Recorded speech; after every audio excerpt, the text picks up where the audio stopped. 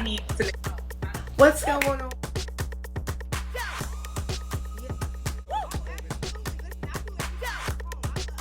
Yes, the foundation we laid down was so strong, and it's just like, yeah.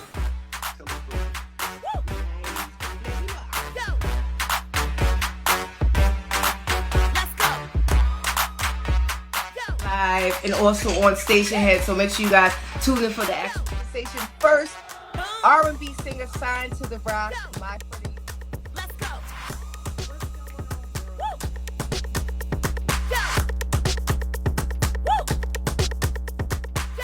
Somebody tried to call me, like they don't know I'm live. Like,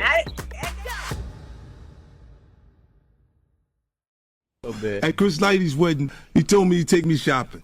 I looked at him like, what'd you just say? Let me move, man, before I do something. You gonna make me mess up the wedding. He said you did the same thing to him. You asked him to take him shopping.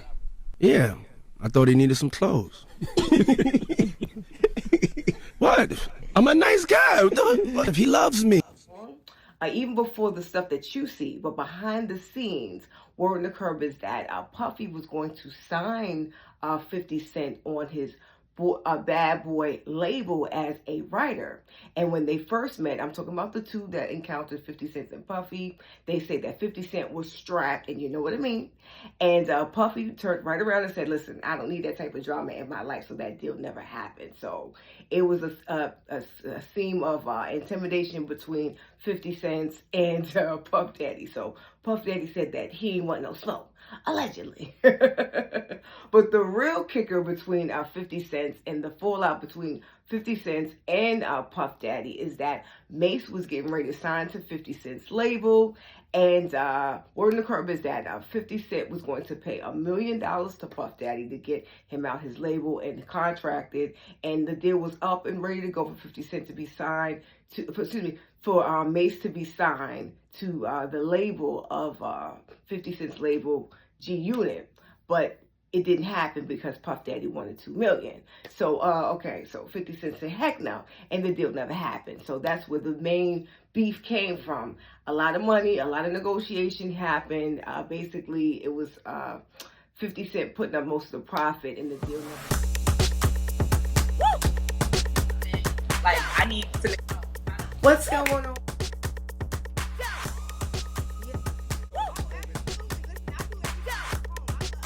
Yes, the foundation we laid down was so strong, and it's just like, yeah.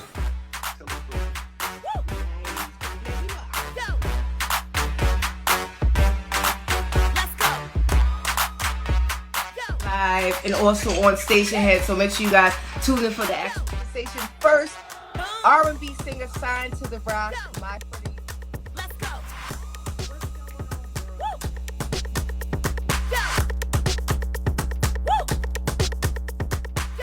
somebody tried to call me, like they don't know I'm live. Like,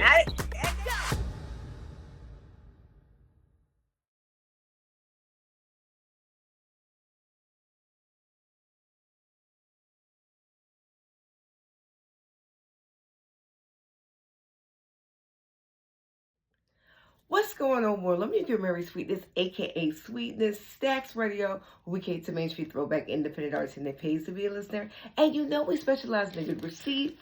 Today is Inspirational Wednesday, aka Whoa Wednesday, goes to 50 Cent, Curtis Jackson III. As you guys already know, 50 Cent is my top 5, okay? I love me some 50 Cent. And even though today is not cancer season, it goes to 50 Cent, okay? And the latest from his project called Moving On. But before we get started, I bless everyone, including myself, with a never-ending cycle of increase and enjoyment. Make sure you like, share, and subscribe, and tell a friend. We're almost at 1,000 subscribers. So thank you so much to everyone that has supported our channel. Make sure you like, share, and subscribe, and stay to the entirety of the video so you can qualify for our cash bag. We have linked up with Chimed. Oh, Chime. Now back to the video. I said Chimed. Chime. You linked up with Chime.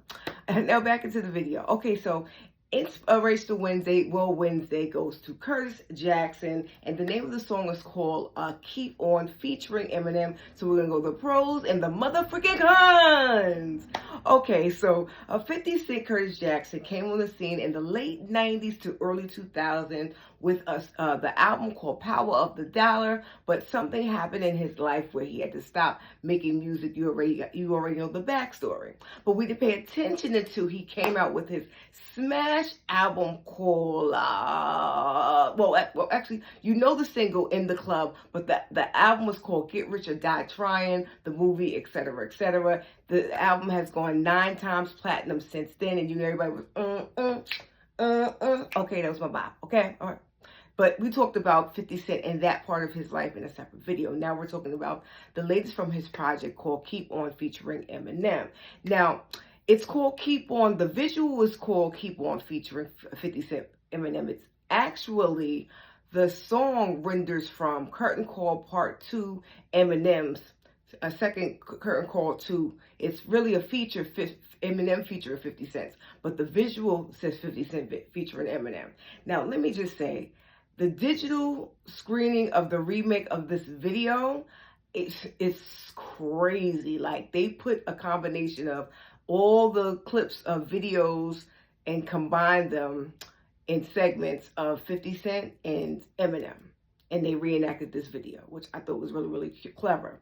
Let's just talk about the strings, the digital strings in the back, and it's like a new age type sound, and the strings coming together, and then the visual is just so eclectic together, and then the lyrics are there. And let's just talk about the bars between 50 Cent and Eminem. I love, you can't go wrong with 50 Cent and Eminem collabo. 50 Cent has said in the past that Eminem was his favorite white boy anyway, as you can see, because they both complement each other so well on this track. They go back and forth, but the hook is very strong. It's very infectious. I like just the combination of a 50 Cent and Eminem collaboration, because they go so well and they mesh so well together. Now, I'm kind of on the fence because the song, it's set to have came out in 2022, but they just released it 2 weeks ago as a 50 Cent song when it was originally an Eminem song. So I don't know how they would try to remarket that, but I thought it was clever because it not only brings out 50 Cent, but it brings out Eminem out of hiding. Now, we did talk about Eminem in a previous video, but we never talked about recent Eminem. So one of the curves is that Eminem has resurfaced, and he does have a Part 2 album, which is called the Curtain Call Part 2, and it came out in 2022, but they're resurfacing the project song from it, featuring 50 Cent. But yeah, the pros and the cons, are there cons? No, there's no cons for this. They both complement each other really, really well. And yeah, you can't go wrong with the 50 Cent and Eminem collab, ever. So, which leads us to why we're here. Now, word on the curb is that there has been beef in the air, and that the beef will not stop between 50 Cent and, of course, Puffy. It seems like it's a new scandal that comes out every single day with Puffy. Now, word on the curb is that Puffy and 50 Cent have not gotten always along, even before the stuff that you see. But behind the scenes, word on the curb is that Puffy was going to sign 50 Cent on his Bad Boy label as a writer. And when they first met, I'm talking about the two that encountered 50 Cent and Puffy, they say that 50 Cent was strapped, and you know what I mean. And Puffy turned right around and said, listen, I don't need that type of drama in my life, so that deal never happened. So it was a theme of intimidation between 50 Cent and Puff Daddy. So Puff Daddy said that he didn't want no smoke, allegedly. But the real kicker between 50 Cent and the fallout between 50 Cent and Puff Daddy is that Mace was getting ready to sign to 50 Cent's label.